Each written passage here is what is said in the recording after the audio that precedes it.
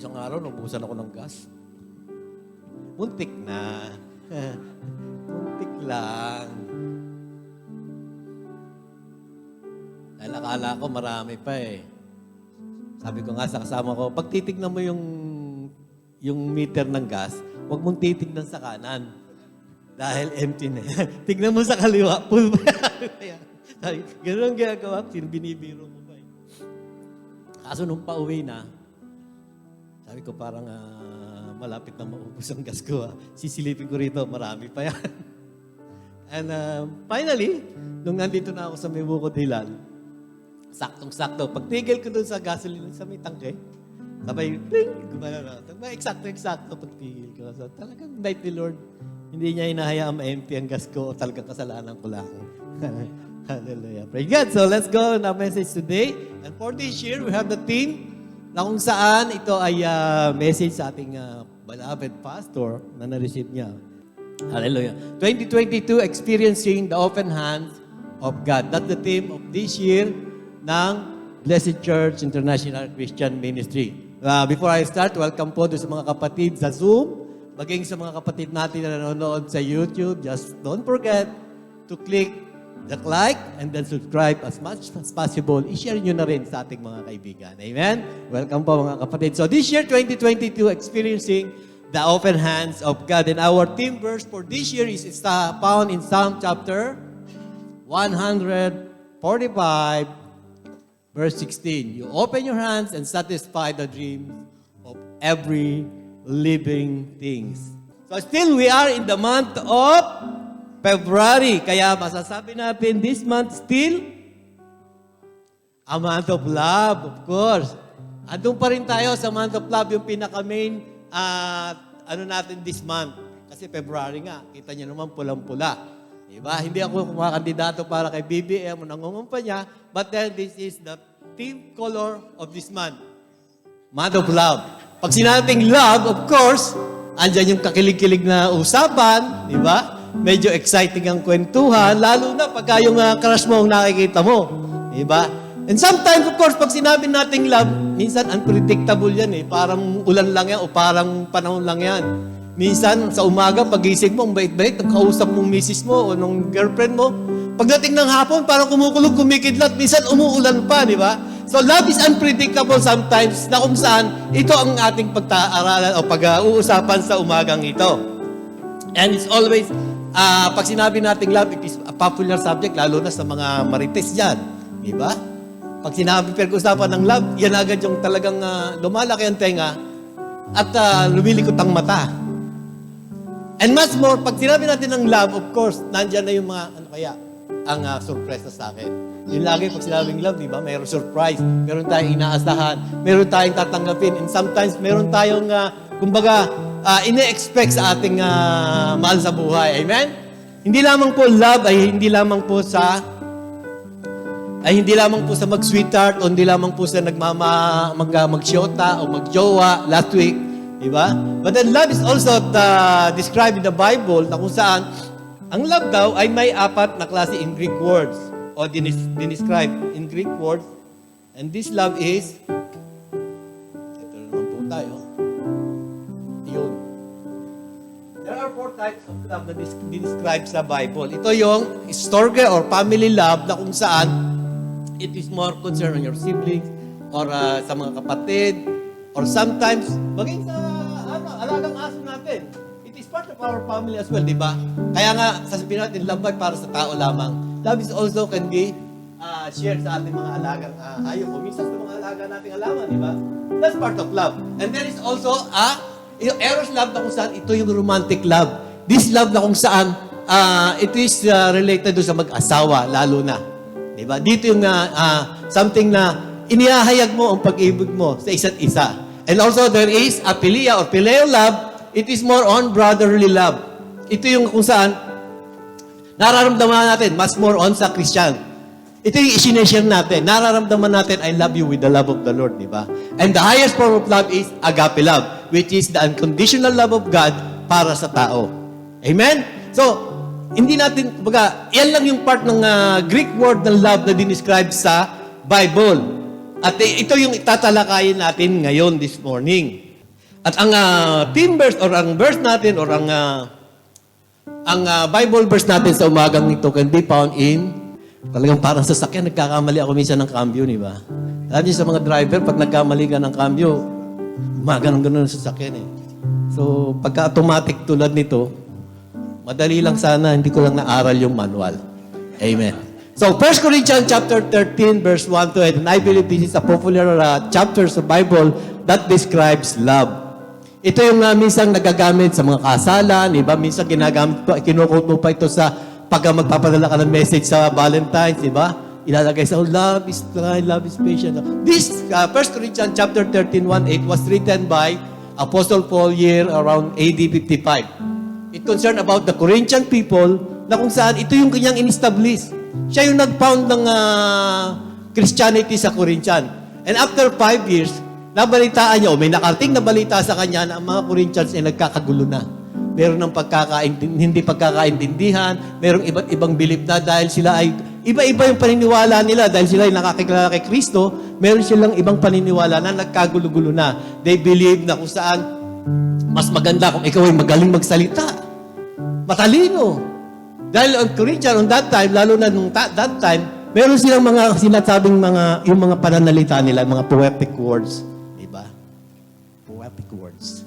Yung mga pananalita na kung saan maaakit ka, pag nagsalita pa lang. Sa mga politiko, di ba? Pag nagsalita pa lang yan, di ba? Magaling magsalita, iboboto ko yan, di ba? So mga ganun. And there were times na kung saan meron silang hindi pagkakaunawaan na hinahayaan na nila, hindi out of their belief, tinanggap nila si Kristo. They believe they have received the love of God. Na-experience nila yun. And even the gift of God, na-receive nila. Yung gift of the Holy Spirit, meron sila noon. But then, meron silang hindi pagkakaunawaan, nagkakagulo-gulo sila at hindi sila even in the speaking of tongues. So, ito ay sinulat ni Corinthian. Nabahala siya ni Apostle Paul. Kaya ito ay sinulat niya. So, let's read. If kung nabuksan niyo na po yung Bible niyo, kung may dala kayong Bible or even yung mga iPad nyo, cellphone nyo, let's open your laptop, your cell phone in 1 Corinthians chapter 13, verse 1 to 8, and join me in reading this chapter. Amen? Of course, alam niyo naman kasama na yan doon sa slide, kaya siguro hindi na rin kayo nabahala magbuklat ng inyong mga Bible. Hallelujah. So, 1 Corinthians chapter 13, verse 1 to 3 begins with this. Verse 1, if I speak in the tongues of men, of angels, but do not have love, I am only a resounding gong or a clanging cymbal. If I have the gift of prophecy and can fathom the mysteries and all knowledge, and if I have faith that can move mountains, but do not have love, I am nothing. And if I give all I possess to the poor and give over my body to hardship that I may boast, but do not have love, I gain nothing. Pakabigat, di ba? And then it follows on verse 4, love is patient. Love is kind. Love does not envy. Love does not boast.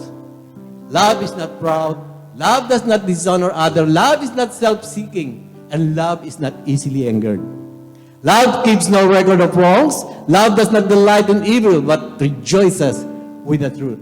Love is always protect. Love always trusts. Love always hopes. And love always perseveres. And love never fails. And our title for this morning is, sabi ko nga na empty, di ba? Nakikita mo yung signal ng kung empty ka na, kung half full or full. So this morning, today, the theme of our message is a question wherein, is your heart fueled with love? Amen? Is your heart fueled with love? Dahil sabi ko nga kanina, parang sasakyan lang yan kanina. Totoo namang nangyari sa akin yon, yung ako'y muntik na mawalan ng gas. So parang sasakyan lang yan na kung saan, kung wala kang gas, kung empty ka, what is the use of that car? Kahit Pajero yan na itim, na may plate number 4844776, di ba? Kahit pa yan ay isang Rolls-Royce, Mercedes, or even sabihin natin Bentley or sikat-sikat na mga Lamborghini, kung walang gas or walang fuel, it will be useless. Lata pa rin yun, sabi nga ni Pastor Estok. Di ba? Kahit pa sabihin natin na napakaganda ng mga features niyan, kung walang gas, pan-display lang yan. Amen? So ito yung kahalagaan ng, the question is your heart fueled with love? Kung ang sasakyan ay may gas, gasoline, diesel, or everything, minsan pa tatanong ka, is it premium? Or, ano po ba isa? Super. Di ba? So may iba't ibang klase pa rin gas. Ganon din ang love. May iba't ibang klase rin ng love. Kaya nga diniscuss natin kanina, there is storge, there is phileos, there is eros, and there is agape love. So, is your heart fueled with love? The question is, ano nga ba ang love sa buhay natin? Amen? A love is not a merely feeling. Hindi naman yan yung nararamdaman mo lamang eh. Di ba? It can be expressed as well. Maraming topic na kung saan kailangan dito, action. Love is a kind of word na sabi nga sa English, it's a verb. Verb is an action word. So love is an action. Na kailangan natin gawin, kailangan natin i-practice. Mabilis ba ako? Sakto lang. Amen. Of course, baka makakita na. Matigan ko sa Timorlin, sabihin natin. Hallelujah. So the first point ng ating pag-aaralan or message ng ating Panginoon para sa akin at para sa inyo is this. The importance of love. Gaano ba kahalaga ang pag-ibig sa tao? Sa isang Kristiyano. As I've said this morning, love is like a fuel na sasakyan. Love is also important to a Christian and to a fellow man. And let's we begin in our chapter, in 1 Corinthians chapter 13 verse 1 said, if I speak in the tongues of men, but do not have love, I'm only a resounding gong or a clanging cymbal, which is written in 1 Corinthians 13 verse 1. Sabi rito, if I, si Paul ang nagsasalit, sabi niyan, if I speak in the tongues of men or of an angels, di ba? Without love, I'm just a kind of resounding cymbals. Parang ito yun. Di ba? Pagka ito ay ginagamit ni Dean o ni Dale, magandang pakinggan yan. Di ba? Tamang-tama yung timing, tamang-tama yung palo niya. Talagang hindi mo siya mapapansing ingay. Pero pag siya ay ganyan lang, lalo't pag ako ang papalo niyan, sabi nga, it's like a resounding gong or a clanging cymbal. Ano ba yun? Ang ibig sabihin ni Pastor Paul dito. Is it like me? Of course, arang ako unang tatamaan yan. Daldal ako ng daldal dito. If I don't have love, then para lamang akong pumapalo or para lang ako pinapalong gong or akong pinapalong cymbal. But then, of course, Paul has another meaning on that. Nung sabihin niya itong I speak on tongue or men of angels, magaling nga ako magsalita. Yung una ko narinig na kung saan ito, narinig ko kay Miriam Defensor Santiago, the word the eloquent. Diba? Sa kanya ko narinig yun eh. And I could not forget that word eloquent. Yung napakagaling mo magsalita, talagang mabulaklak. Talagang ang mga diction mo, ang mga highs and low note ng iyong mga salita ay napakaganda. Then, if you don't have love, it is nothing. Diba? Kaya pag nagsalita ka, hindi yan nakukuha sa galingang pananalita. Hindi yan nakukuha sa paghahayag. Hindi nakukuha yan sa galing magsalita or magkwento or magbalita or maghayag ng mga salitang yan. If you don't have love, of course. Minsan nga, akala mo napakagaling mo na. Salita ka ng salita. Napapasigaw ka na. At yung eagerness mo na may hayag ang salita ng Diyos nandun na. But of course, ang gusto mo lamang, may patamaan kang iba. And if you don't have love, it is nothing. Ginagamit mo ang pulpit, ginagamit mo ang sharing, and sometimes nagpo-post ka nga, di ba? Sa FB, ganda ng verse na to, ipinost mo. But the reason behind is, may gusto ko lamang patamaan. Mapapasa niya sa ito dahil friend ko siya sa Facebook. Masarap i-share eh. Bakit? Biblical yun. Di ba? That's the word na kung saan ang hirap ipahayag ang pag-ibig. Sabi nga, kung ang nais mo lamang ay maihayag ang galit mo o maihayag ang sama ng loob mo, though it is, napakamalumanay mo. Minsan may mga nakakapikong magsalita, napakamalumanay mo, pala tinitira ka na. Diba? As I've said, kung ito ay walang pag-ibig, then you are like a resounding gong or a clanging cymbal. Ganto. Maingay lang. Di ba? Hindi tumatanim. Ang unang tatanim doon sa kausap nyo, galit. Di ba? Galit. Tampo. Hindi ko lalakasan kasi may, baka mapansin eh. Baka sabihin siya ang kinakausap ko. Di ba? Kaya bulong lang. Para sa kanya to. Amen? Kung ikaw ang nabulungan, of course, you need to seek your heart. Is your heart fueled with love? Kapag ikaw ay nagsasalita. Second verse, of course, it is written, if I have the gift of prophecy and can fathom all mysteries and know knowledge, and I have a faith that can move mountains but do not have love, I am nothing.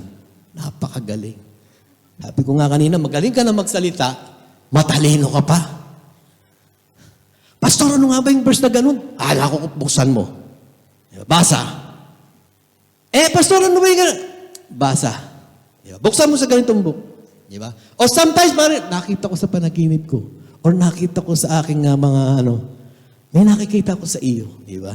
Yung mga ganun bagay, yung pala, inaasar mo lang. Gusto mo lamang siyang magbago, nakikita ko sa sarili mo, sa puso mo, na ikaw ay magiging isang workers ng church. Dahil nakikita mong masama ugali niya, gusto mo siyang maging workers ng church para lamang magbago siya, di ba? But then, of course, you are using the vision or prophecy na kung saan, hindi mo naman na-receive eh. Gusto mo lamang yung tao na yon dahil unang-una galit ka sa kanya, gusto kong magbago to eh. So, itong numero unong kontra sa buhay ko. Di ba? Na pag ako'y nagkukwento, nagbibidahan, ito ang unang kumukontra.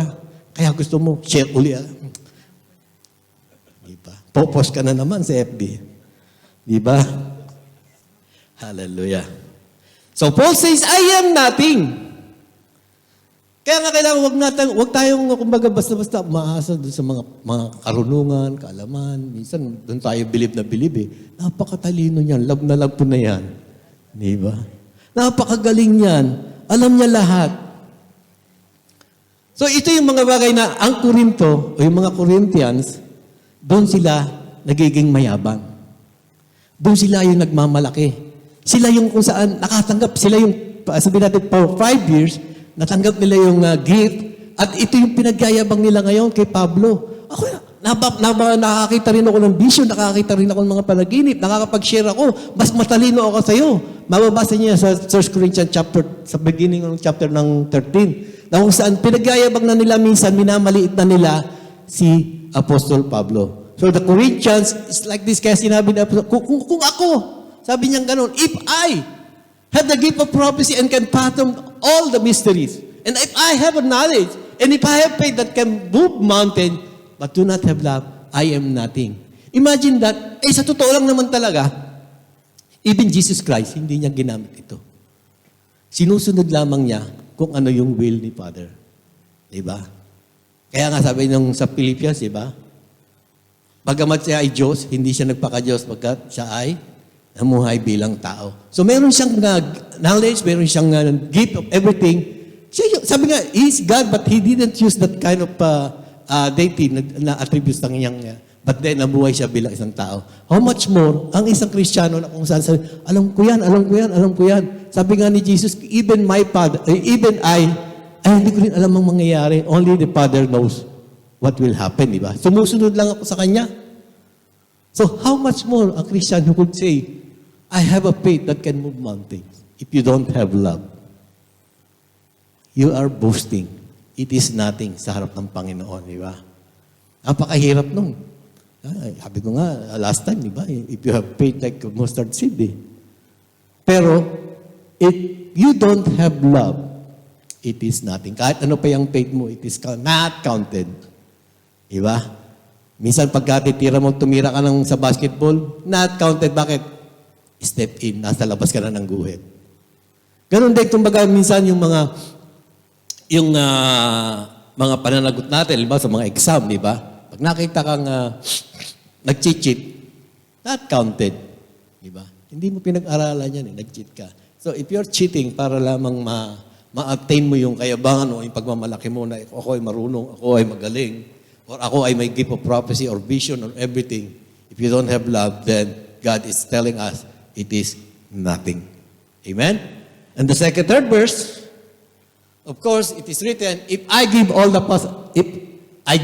possess to the poor and give over my body to hardship, that I may boast, but do not have love, I gain nothing. Isa pa itong napakabigat. Paul moved beyond spiritual gifts nga, di ba kanina?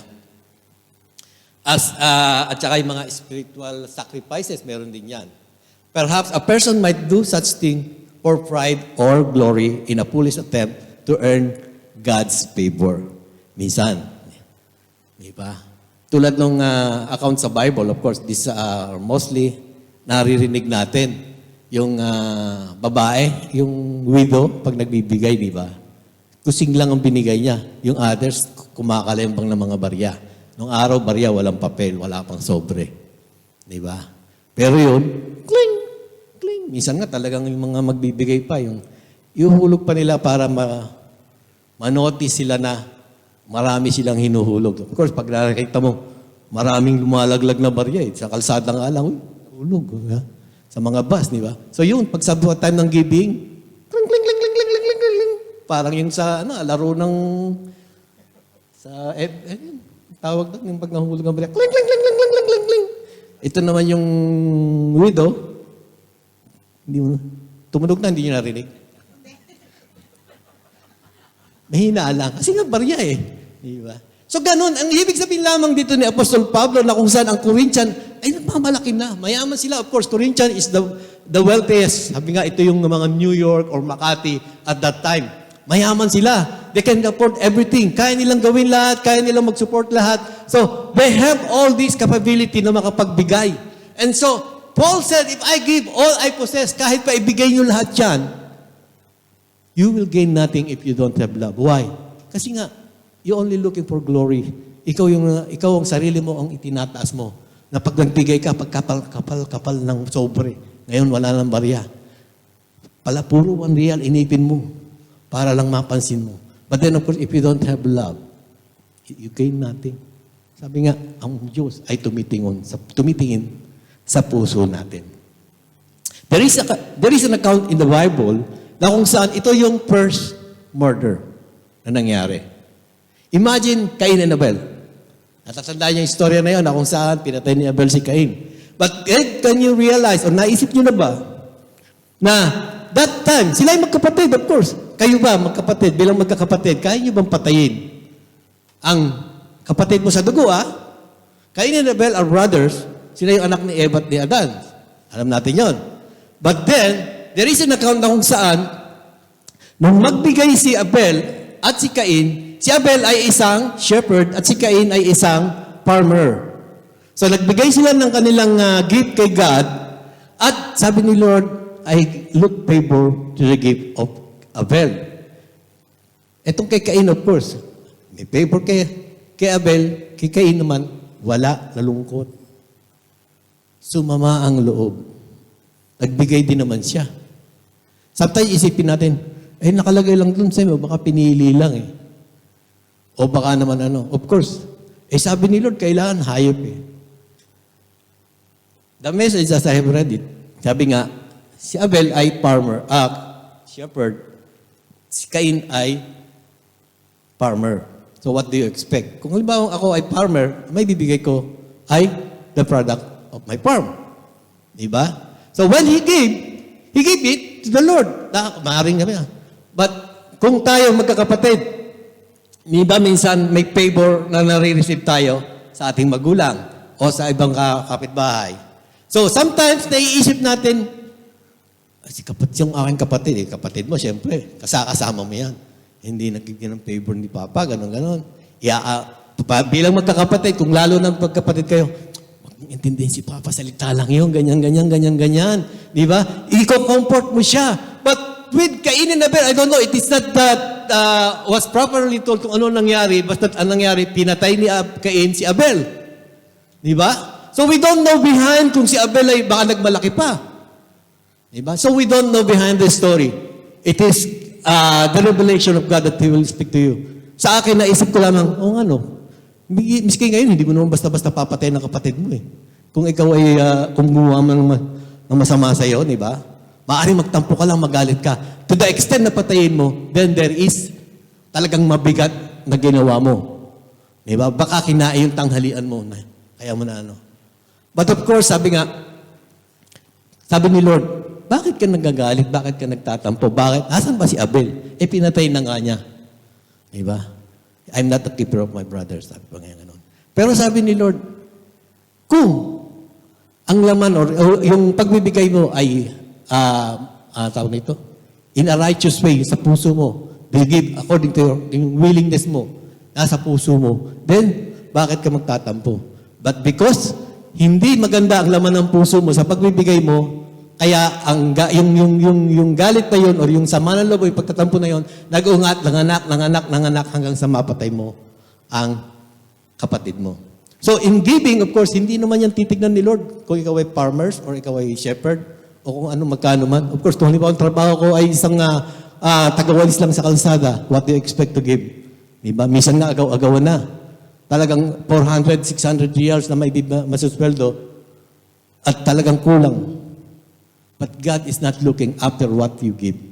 God is looking what is in your heart. So you will gain nothing kahit ano pa man. Kung ikaw ay magbibigay para magmalaki, you gain nothing. Amen? So that's the word of Apostle Pablo doon sa mga Corinthian. Ewan ko lang kung ito ang word ni Apostle Pablo para sa atin. Naririnig mo yun? Naririnig nyo? Kung naririnig nyo, say amen. Kung narinig nyo yung sinabi ni Apostle Pablo, then you can say amen. So Paul said, in this first 3 verses, it means that all that we do, no matter how grand, no matter what our achievements are, if it is without love, it is all nothing. Wala lahat yun. Walang silbi, mapipayda, walang tawag nito, walang word.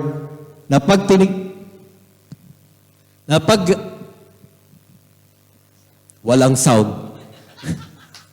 It is worthless. Di ba? Kaya nga mga kapatid, lalakasan ko lang ang boses ko. Mga kapatid, you have to examine our hearts in fulfilling or doing our ministry in church. Isipin lamang natin mga kapatid, na kung tayo ay kikilos, gagawa, or magsisilbi para sa ating Panginoon, first of all, let your heart, wala pa rin, kailangan ng gasolina. Kailangan ng love sa ating mic. Di ba? So, if it is not fueled with love, then it is nothing. Walang silbi. Imagine, pagdating ng graduation, pasok ka ng 4 years, pagdating sa listahan, wala doon sa listahan ng pangalan mo. Lagi naman akong present eh. Diba? Lagi naman akong present eh. Lagi kong dinadala ng sandwich teacher. Diba? Lagi kong binibigyan ng tubig. Bakit ganun? The point is, love is important. On the importance of love sa atin. So, kung walang love, whatever we do, or whatever we say, kung walang love, it is gain nothing or it is nothing in the eyes of our Lord. Walang silbi. Kumbaga walang halaga. Diba? Amen? Amen? So the second point, of course, the first one is the importance of love, and the second point is the personality of love. The personality of love, pag sinabi natin personality of love, parang sinabi, may pagkatao nga pala ang Diyos. Kumbaga, ang love, na pag inisip mo, like, halimbawa tayo, mga tao, meron tayong personality trait na, pag nakita ko pa lang, kilala ka na agad niya, gwapo yan. Diba? Yan, yung nakapula na yan, gwapo yan. Mabait yan. So, when we say the personality of love, personality can be defined as the qualities that form a person's character. Ito yung masasabi natin, dito mo makikita na ang sa personality, ito na yung character mo, ito na yung ano niya eh. Pagkakita mo pa lang, alam mo na siya yun eh. Di ba? Si ganito, siya yun. Pag sinabi mong siya ay mabait, si ganito mabait siya, si ganito. Pag sabi natin, ako mapasisyon siya, ganyan. So, the personality and the qualities that form a person's character. Personality refers to the combination of one's qualities, character, traits, principles, and cognition. Simply, personality is who we are in life. We meet people with different personalities, ganyan. So, of course, pag sinabi natin personality, ito na yung tinutukoy na pagkatao mo. Ikaw na yun. Diba? So, when we say love, sabi nga, the personality of love is, of course, number one, love is patient. Ang love daw ay, sa Tagalog, pasensyoso. Pag sinabi natin pasensyoso, it is something na kung saan, miski ako naisip ko bakit ba love is patient. Ano ba yung pagiging pasensyoso? Yung mapagpigil sa sarili, yung meekness, yung endurance ng pasensya. At ito pa yung pinakatap na personality ng love na kailangan makita sa iyo. Yung personality na ito, kailangan, pag nakita sa iyo ito, may love yan. Di ba? So, love is patient. Isa pang naisip ko rito, yung patient parang naikukumbine sa pasyente. Di ba? Sabi ko nung una, ba't sinabing love is patient? Parang love is nakaratay sa sahig o sa higaan ng ospital. So when we say love is patient, kumbaga, kung ikaw nga ang pasyente, nakahiga ka lang dyan, antay ka lang ng antay, kung darating ang doktor, darating ang nurse. Pero hindi ka nagmamadali, hindi ka naiinip, kasi alam mo may sakit ka. Alam mong ikaw ay gagamutin, ikaw ay ititreat. And if you are like a patient, tanggap mo. Tanggap mo lagi. Diba? Ang pasyente, diba? Tanggap niya na may sakit siya. So, if you have that kind of love, if you are patiently na namumuhay, of course, kaya mong tanggapin kung ano man yung nangyayari. Alam mo na, ganito yan. You have to receive the person's personality ng others. When you say you're patient, kaya mong tanggapin kung ano yung nakikita mo sa iba. Like you, kumbaga, yun yung personality mo eh. Ba't hindi ka madaling magalit? Inaasar ka na nga niya eh. Ikaw ang pinariringgan yan eh. Di ba? O ikaw ang topic niyan, hindi mo pa lang gagantihan yan. Di ba? Love is patient na kung saan una mong inuunawa yung personality ng iba. Hindi nagtitirigil ng pagbaga parang hindi siya yung isang strike lang, mag-aapoy ka. So when we say love is patient, ito yung nagko-control, ito yung parang tubig na bumabasa doon sa galit mo, sa init mo. Ito yung kumbaga, sabi nga natin, love is like a fuel in our heart. Ito yung pag sinindihan mo, hindi yan mag-aapoy. Dahil wala siyang kakayahan na mag-ignite. So that kind of love ang kailangan natin sa personality natin. Hindi tayo dapat maging mainitin.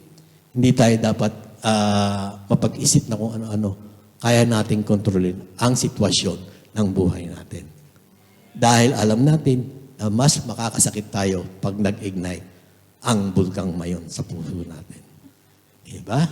So love is patient. The second personality of love is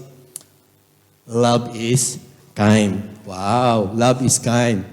When we say love is kind, of course, church, yung patient is one of the attributes yata doon sa fruit of the Holy Spirit. Nandun din yan. Yung kind, nandun din yun sa fruit of the Holy Spirit. So love is kind, it is considerate, thoughtful, mabait. Yan. Hindi bait-baitan lang. When we say love is kind, talagang mabait, hindi nasisiraan ng mabait. At hindi rin mapait. Sinabi mabait. Hindi yung bait-baitan nga lang. Kapag nililigawan ka pa lang, wow, ang bait naman ito nililigawan ko. Both side, di ba? After a month, after a year, lumabas na yung dating mabait, bait-baitan lang pala. At naging mapait.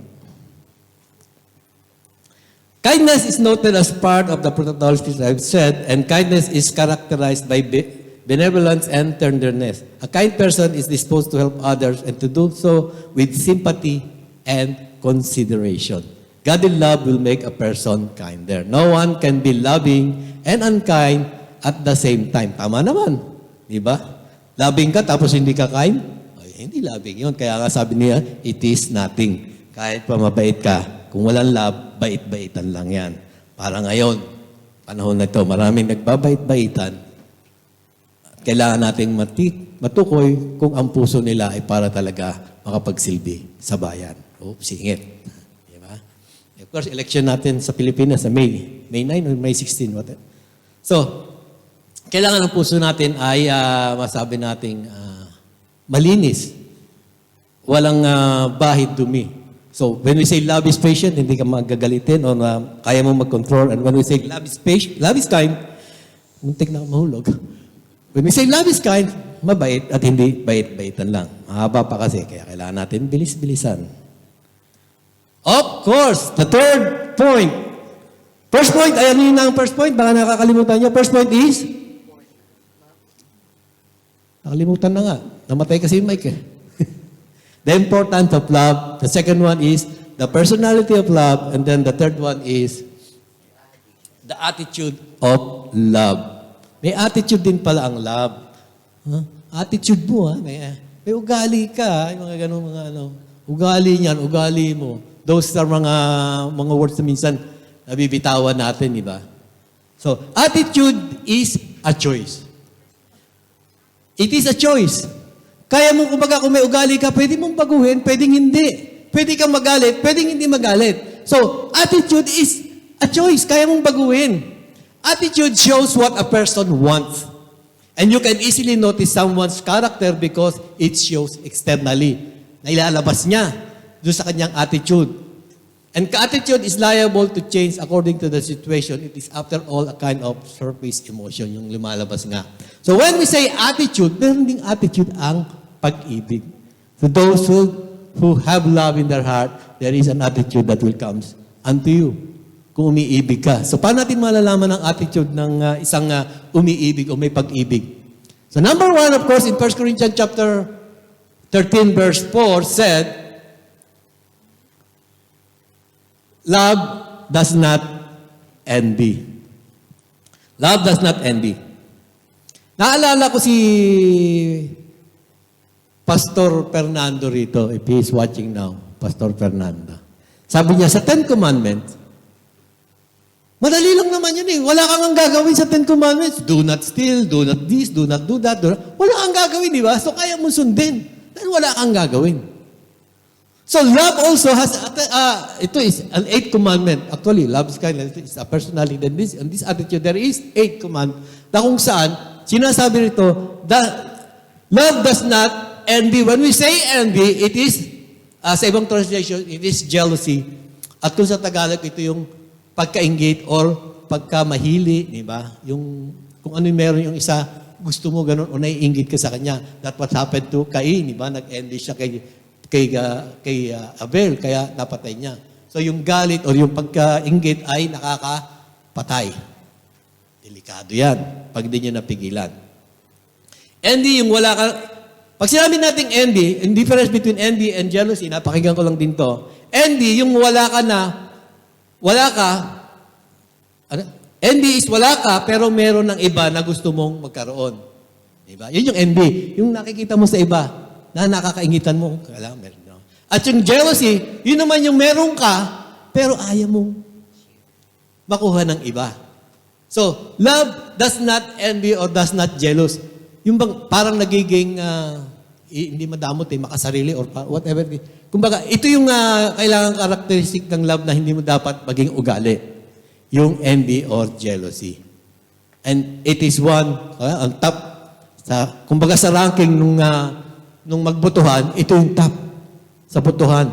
Love, do not envy. Why? Because ito yung unang nagiging dahilan upang mag-break ang isang relationship. Diba? Ito yung unang dahilan kung saan even yung mga Corinthian, yung mga Korinto, yung mga taga-Korinto, dito sila nagkakagulo-gulo. Nagkakainggitan sila.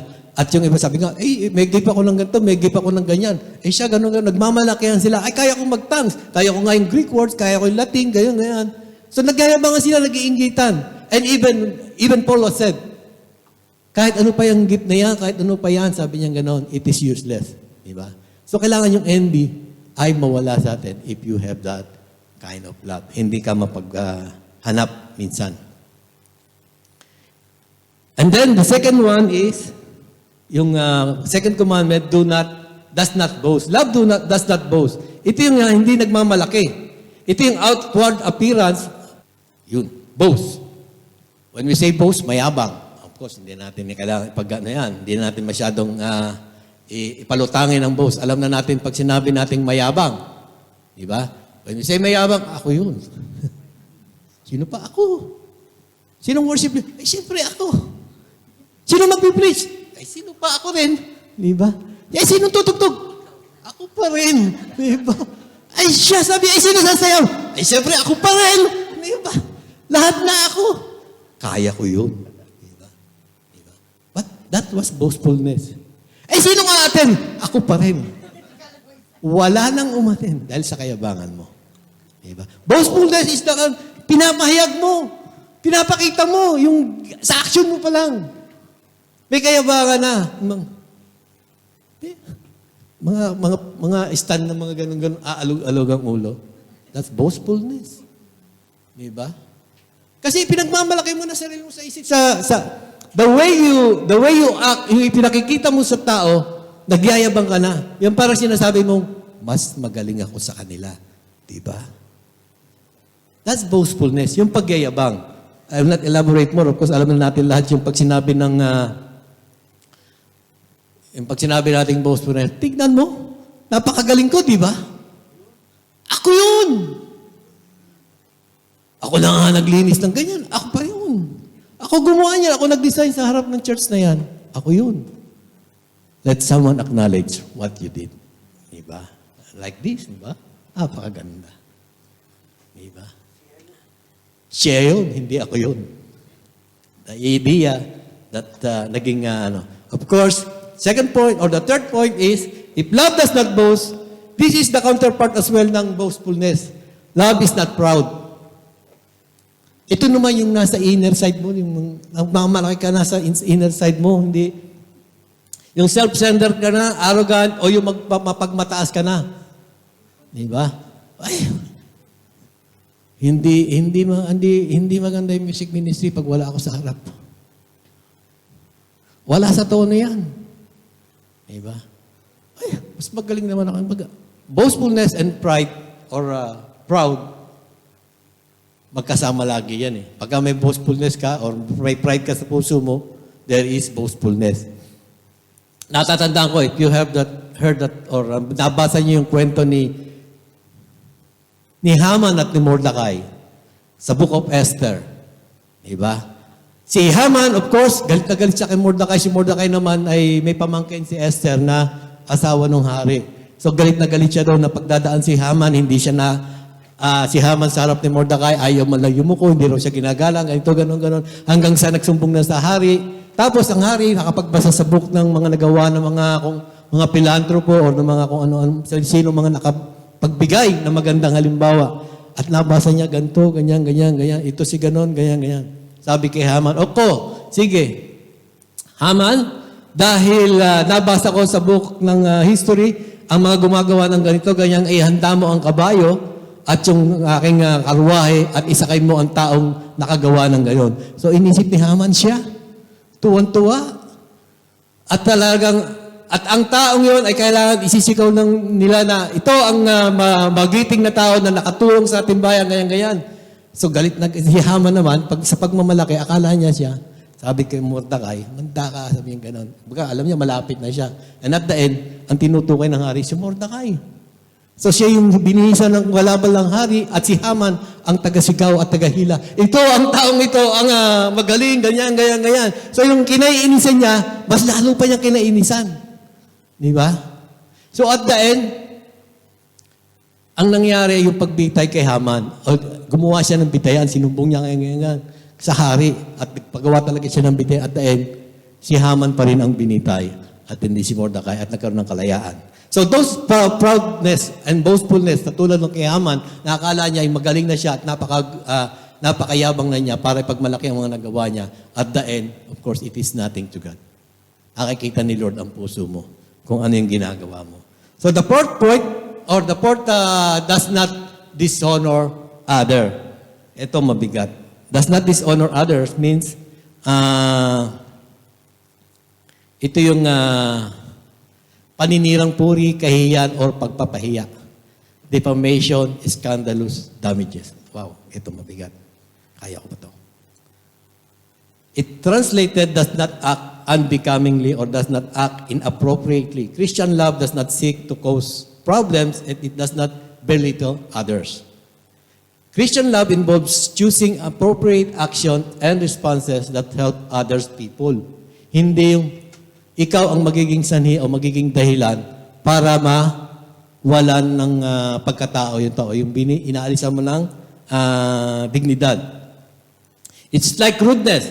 Rudeness is finding more and more acceptance in today's culture. Nakikita mo naman yung mga arrogante sa kalsada, di ba?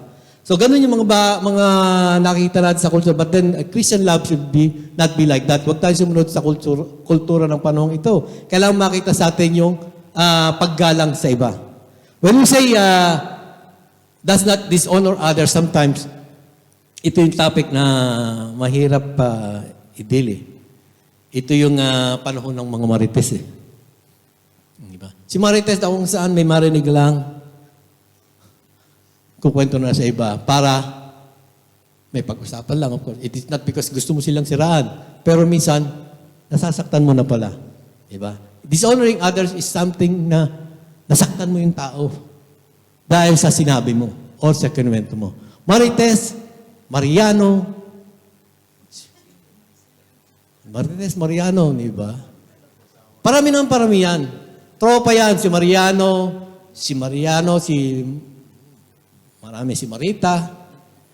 Mari, anong balita? Mari. Diba? Sasagot si Mariano, anong balita rin? Kaya marami. Sila yung mga, na kung saan mas ini-enjoy nila yung topic ang marinig sa iba. And there is one occasion sa Bible, si Sarah at si Abraham, di ba?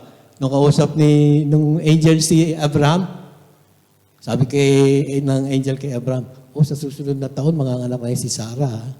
Nang ganyan. Diba, tumawa si Sarah, pasimple. Noon doon sa kusina, pala nagluluto sa kusina, pero nakikinig, Nakikinig. At sabi niya, manganganak pa ba ako? Tanda ko ng ito. Dinig naman nung angels, of course, o nung God, alam nila kung ano nangyayari. Tandaan mo. Manganganak ka. Di ba? Hindi ganun, eksakto tandaan mo, hindi ganun. Pero, what thing is, kumbaga, ang talas ng tenga. Pagdating sa ganun, mga nababalitaan, kumakalat, parang apoy. Sabi nga, ang balita ay parang apoy, gumagapang. Parang tengang kawali, pagkalaki-laki. So, to dishonor others is, kaya natin pigilin yan. Kailangan natin dito si Maricor at saka si Maresh. Namimiss ko yung inaanak kong yan, nanonood ba? Si Maresh. Si Maresh na kung saan, pag may naririnig na tumpukan, shh, huwag kayo maingay. O si Maricor na kung saan, kaya niyang i-correct yung mga ganong bagay. So, kailangan natin ng mga taong yun dito sa church. Kailangan bumalik si Maresh. Amen. So, the fifth one is not self-seeking. Ito yung hinahanap ang sarili. Self-seeking eh. Yun yung maramot, yung makasarili, at yung sakim. Having concern of others' own welfare and interest before those of others means does not seek the things of itself. Self-focus, kumbaga. Sila yung ang gusto nila sa kanila lang o sa kanila nakapokus o parang sa kanya lagi. So those are, wala siyang nakikita kundi siya lang. At dapat wala rin kayong makita kundi siya lang. Yun yung mga may kasakiman, may makasarili. Na ayaw niya na, siya na naman ang worship leader ako naman. Diba? Siya na naman ang magpe-preach, magkaganon. So all these words, sometimes, out of our heart, nasasabi natin. But church, kaya lang sinasabi natin o pinapaalala ni Apostle Pablo sa Corinthians, maging sa atin, you have to be not self-seeking o kailangan hindi ka makasarili. Kailangan makita mo rin yung iba. Yung siya na naman tinutulungan o siya naman ang ginagaito o siya naman ang ginaganyan. Sometimes you can say, tama nga yun eh. Lagi na lang ako. Siya naman. Kailangan pantay-pantay. Di ba? Pantay-pantay. Hindi ka kailangan magbibigay ng favor sa iba or hindi mo naman kailangan kumuha ng favor lagi sa iba. So all those, kaya nga si Lord pantay-pantay tumingin yan. Hindi siya yung tumitingin sa kakayahan mo or sa kagalingan mo. Ganun si Lord. It is nothing kung wala rin naman para kay Lord, kung walang love. Love not angered. Hindi madaling magalit or magagalitin. If love is not easily angered, then a person with a short fuse or short-tempered who become angry easily is not showing love. Diba? Kung ikaw yung magagalitin o madali ka magalit, of course, maliwanag na. Love is not self-seeking. Wala pa pala. Love is not easily angered. Hindi ka madaling magalit. Hindi ka lamang nabati sa pulpito ng hi, hello, or hindi ka man na good morning pagpasok dyan, galit ka na. Luhi na lang lagi silang mga kakausap. Ganun, di man lang mapansin. Ang ganda-ganda na suot ko ngayon. Di ba? Or minsan na kung saan, sa miski sa BS, di ba? Dahil nga, alam mo yung isasagot, ba't di ako tawagin ni BS leader? Bakit siya lang siya? Or bakit si ganun? Or bakit si ganyan? Di ba?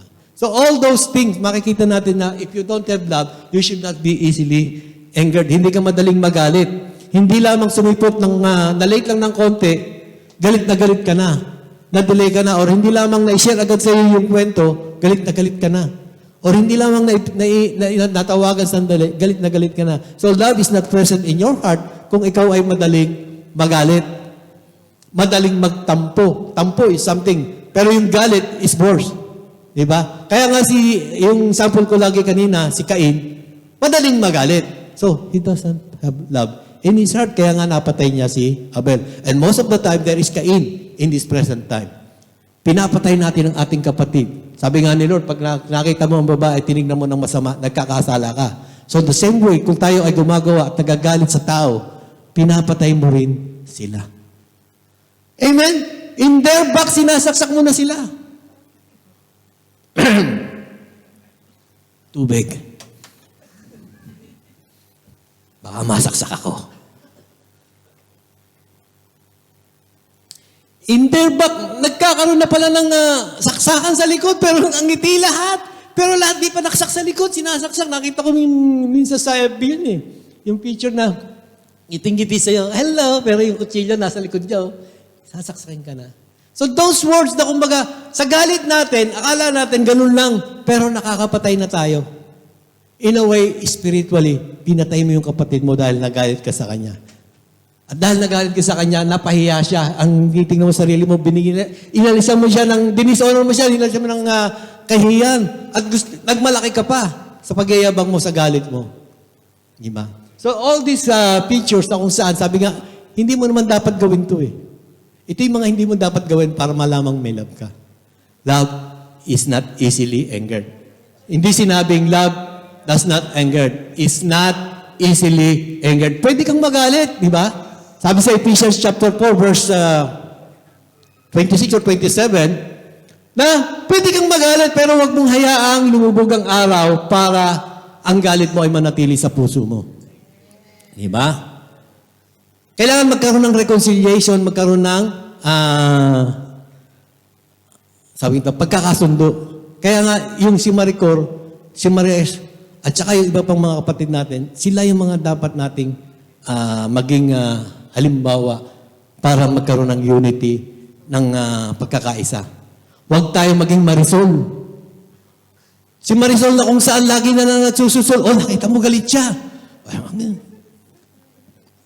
Church, hindi si Ate Sol. Andiyan ba si Ate Sol? Ate Sol! Si Mirasol.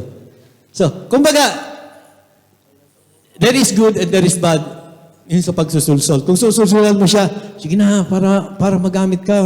Alam ko, meron kang kaya-kayaan para ganito. Pero yung pagsusulsol na kung saan, ay, galit siya sa iyo, sige, huwag mo pansinin. Sige, kakampi mo ko. Behind, nandito ko, ganyan. Nagkakaroon na ng groupings, nagkakaroon na ng kampi-kampihan. That's what Corinthians have. Nagkaroon sila ng grouping, nagkaroon sila ng kampihan. And most of the time, sabi nga, nagkaroon sila ng hindi pagkakaunawaan. And the second one, or the third, or the sixth one, keeps not record of wrong. Yan. Sila yung mga document controller. Di ba? Alam niyo, church, yung keeps no record of wrong, walang excuse dyan eh.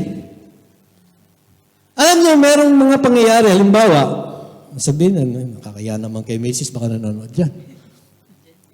Andyan nga. Patay ako. Hindi, minsan, di ba? Sa inyo rin. Yan, damay-damay na. Di ba pagka lang naghahanap ka sa bahay, dito sa church, o sa sina, ganyan. Nakita mo ba yung ganito, ganyan? Ako, hindi ko na matandaan eh. Nung isang linggo pa yun eh, nakakalimutan ko na, ganyan. Alam mo ba yung, kung ano yung pecha nga? Kailan nga ba yun eh? Matagal na yun eh. 2 taon na yata yun, 3 taon, hindi ko matandaan. Pero once na kayo ay nag-trigger na yung lahat ng yan, nakarating na doon sa easily angered. Ayan na. Bubuklatin na yung USB, isasaksak na. Sa laptop, ito ka nun, oh. Alam mo kayang ganyan ka eh. Oh, ito, oh, ayan, oh, basahin mo, oh. Nasa USB ng heart, yung mga sama ng loob, tinanggal lang sandali. Tapos isasaksak ulit pagka nagalit na. Pag na-trigger, sabi niya. Pero makakalimutin, nalilimutan niyo ibang mga bagay. Pero pagka nagkagalit kayo, for sure, o nagalit sa'yo, for sure. Ano sabi ni Lord? Diba? Forgiveness. Kung na-forgive mo ang isang tao, you don't have the record of wrong. Diba si Lord? Si Lord ba, ilang beses ba tayong nagkasala? Ilang beses ba tayong nagkamali? Sabi, He is faithful and just to forgive us. Ganon ang heart ni Lord. Yung heart natin, kaya nga kanina is, your heart fueled with love. If not, yan keeps no record of wrong. Actually, 2 line yan, tinanggal ko na isa, baka mahalata. Na, this is one thing na kung saan laging meron sa atin. Hindi lamang yung sa mag-asawa, sa mag-boyfriend, sa mag-girlfriend, lahat yan, migsisi sa magkakaibigan. Nung minsan lumakad ka, hindi niyo ako sinama eh. Di ba? Pala nakatanim, hindi lang isinama. Nakapunta kayo sa McDonald's, hindi niyo ako tinawagan eh. Oh, sorry. Di ba? Or ganito eh.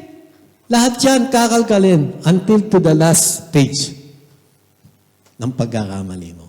So, love keeps no record of wrong. You need to forgive. Amen? And the last, pinatay. Does not delight in evil, but rejoice with the truth. Of course, it is very clear to us, does not delight in evil means, ayaw natin ng masama. Hindi natin tinotolerate ang masama, but much more, kinukorek natin. Dito na lumalabas nga si Maris, si Maricor, na tagapag-correct.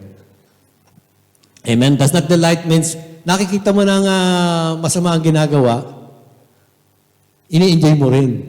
Diba? Wala sinabing, ito na naman po si pastor, ito na naman ang sample niya. Di ba? These words sa Psalm chapter 1, verse 1 to 3, yung, blessed is the man who does not walk in the wickedness, or sit and stand. Diba? So ito yung kwento ko nung nakaraan, does not delight in evil but rejoice with the truth.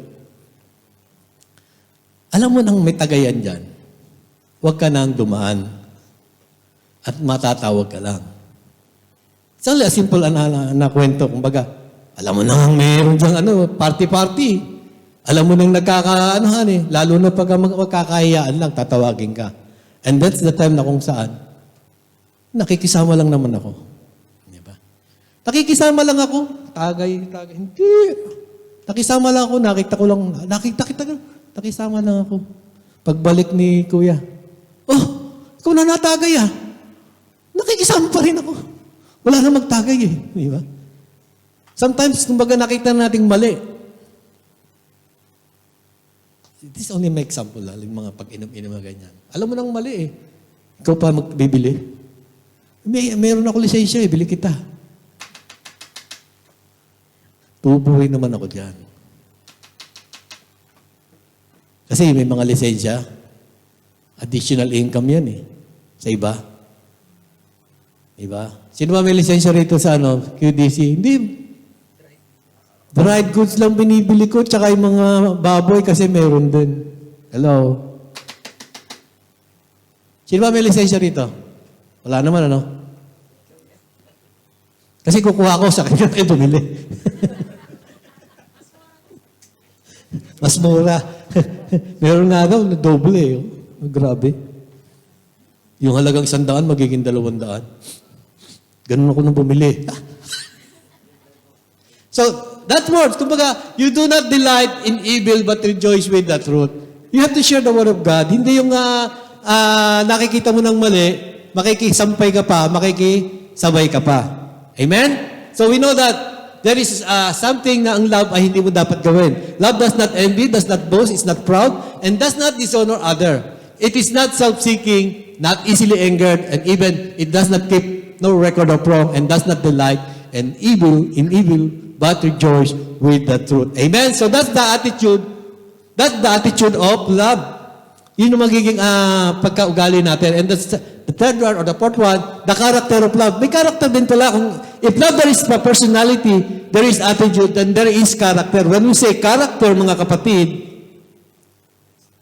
kanina personality, ngayon character. Character is an identity. Di ba? Character does not give importance to wants. It will just directly show what qualities a person lives by. Kaya nga, pagdating dito sa character ng love, sabi rito, love always protects. Always. Kaya in-underline ng always, hindi lang love protects. Love always protects. That's the character of a love. Na, ito na yung quality mo, lagi mong ginagawa, laksanayan mo na ginagawa mo na, ingatan mo. If you love a person, a brother, your wife, your sister, or everyone, you should protect them.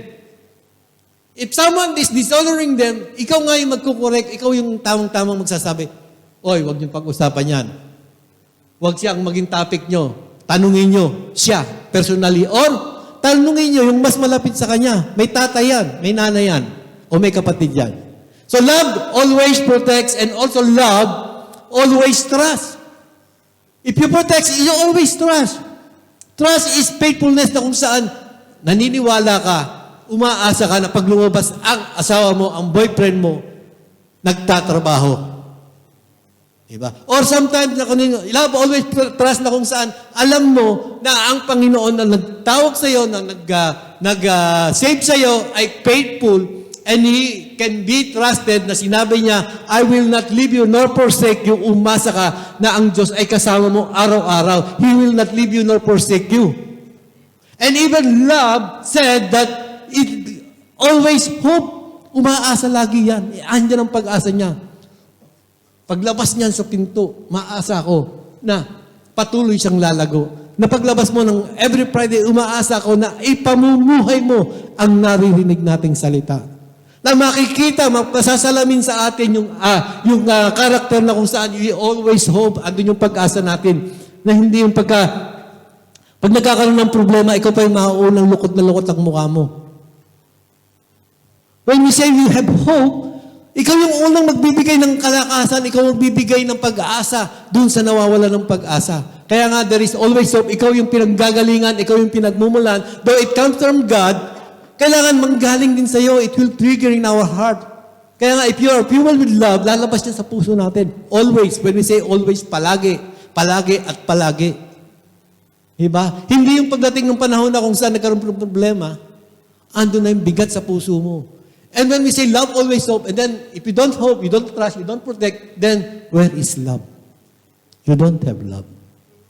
Amen. And the last one, of course, the character is love, always persevere. Nakakapagtiis yan, kaya niya makipagtagalan. Diba? Kung paano tayo matagal na nag-iintay, alam natin na pagdating ng panahon, darating si Lord, tayo ay kukunin, tayo ay isasama niya sa kanyang piling. Ganun din. If we have love, we persevere in everything. Hindi lamang doon sa pagdating ng Panginoon.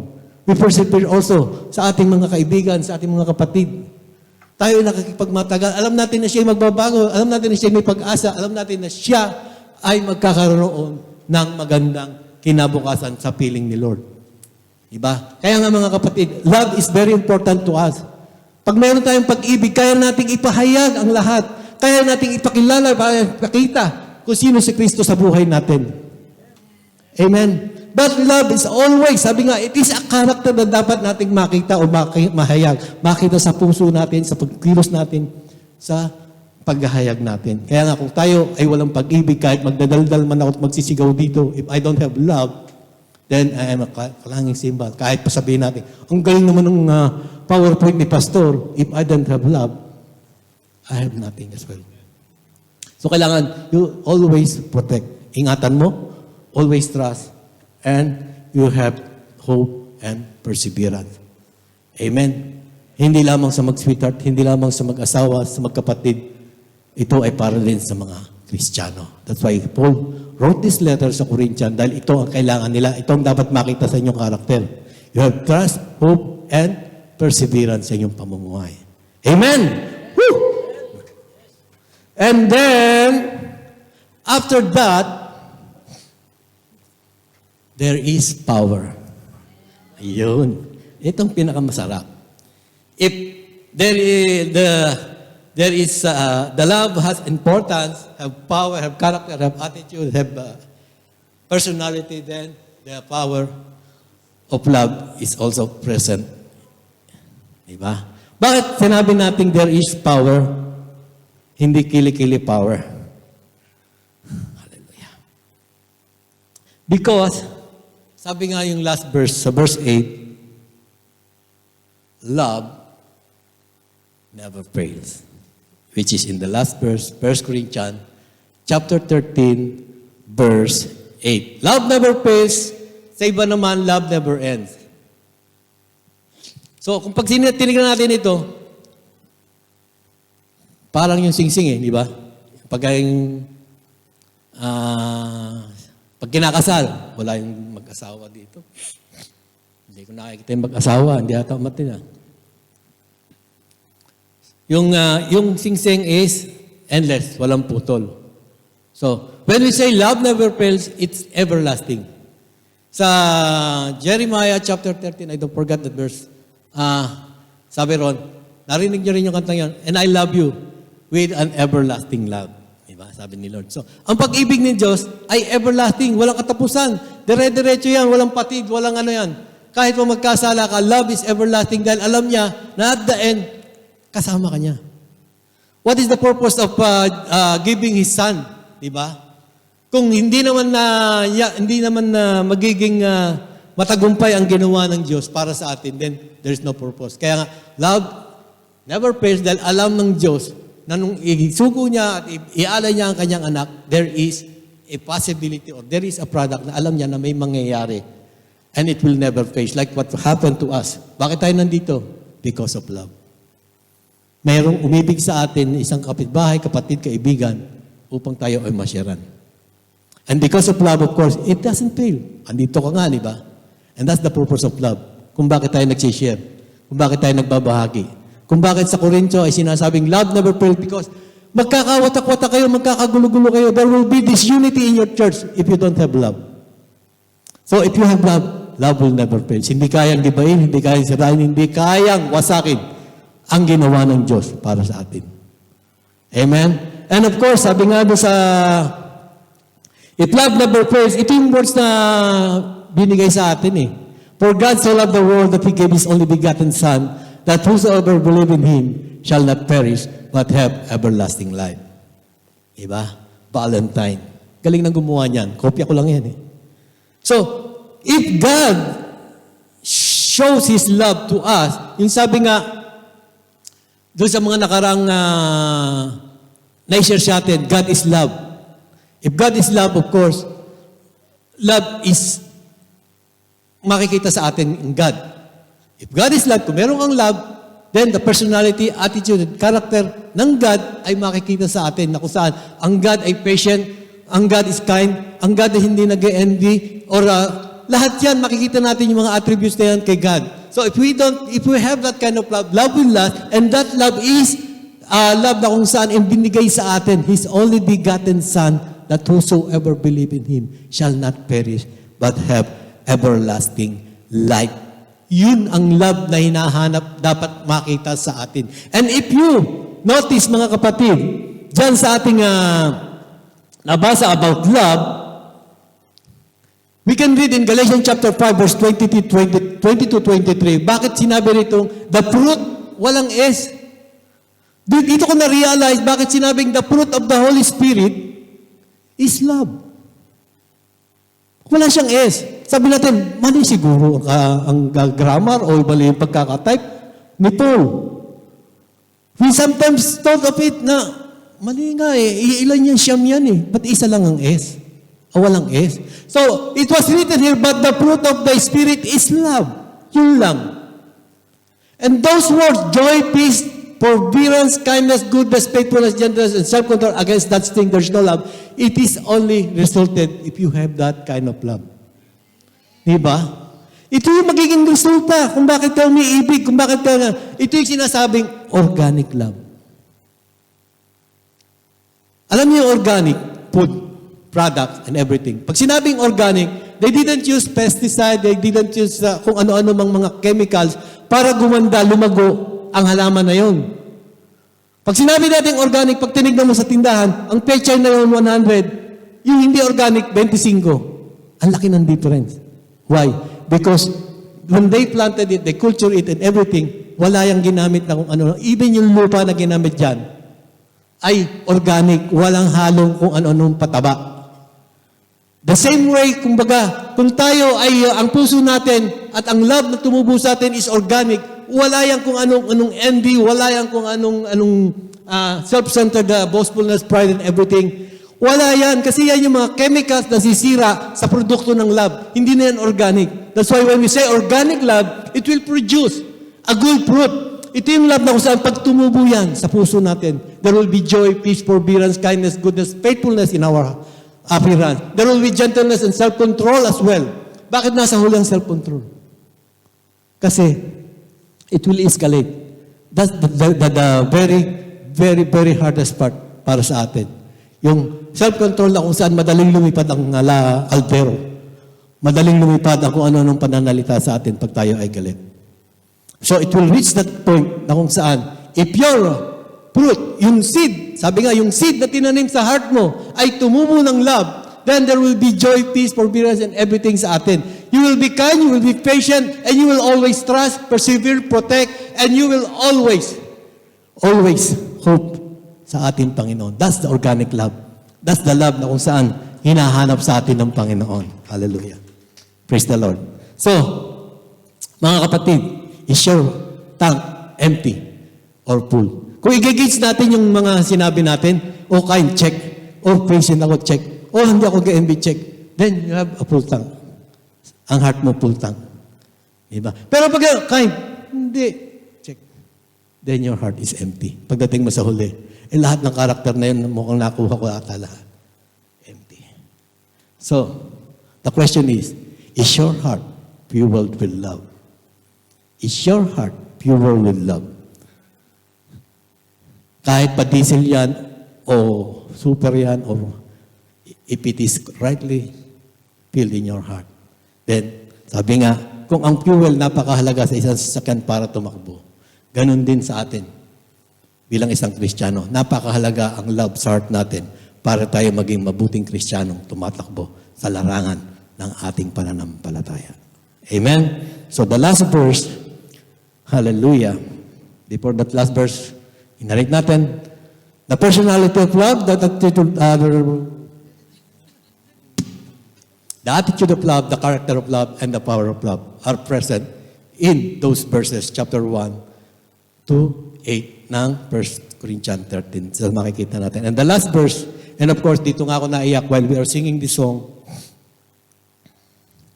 above all else, guard your heart, for everything you do flows from it. Above all else. Above all power, above all things, above all kingdom, above everything. Above else, guard your heart. For, sabi nga, pag nakita natin yung heart, then it connected with love. Diyan nagmumula yung love sa heart natin. So, above all else, guard your heart, for everything you do flows from it. Let's pray, mga kapatid. Hallelujah. Hallelujah. Father God, once again, we thank you, O Lord God, sa message mo this morning, O Lord God, for I believe, O Lord God, naniniwala ko, Panginoon, na kinausap mo ko sa mensahe mo, O Lord God, not only me, but even mga kapatid namin, those who are watching in Zoom, those who are watching in YouTube, and much more sa mga kapatid namin who is present this morning, O Lord God, Father, we thank you, O Lord God, for the message that you have given us, that truly, O Lord God, there is important if we have love.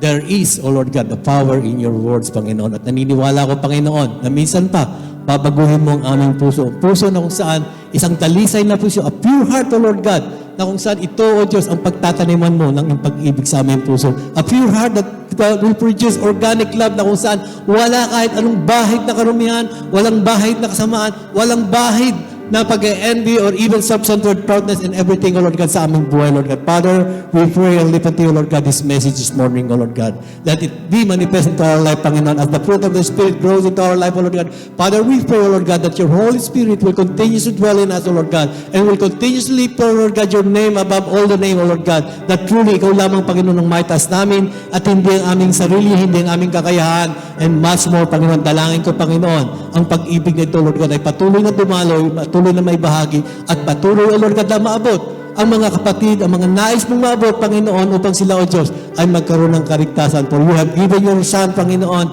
and we believe, O Lord God, na ang yung mga anak, Panginoon, as we receive your words, O Lord God, Father, I pray na magamit ito, O Lord God, as we share your words, sabi mo. For I believe, O Lord God, above all things, ikaw lamang ang matataas sa aming buhay. And all these things, Panginoon, we do pray and live unto you, O Lord God, our honor, power. In Jesus' mighty name we pray. Amen. Hallelujah.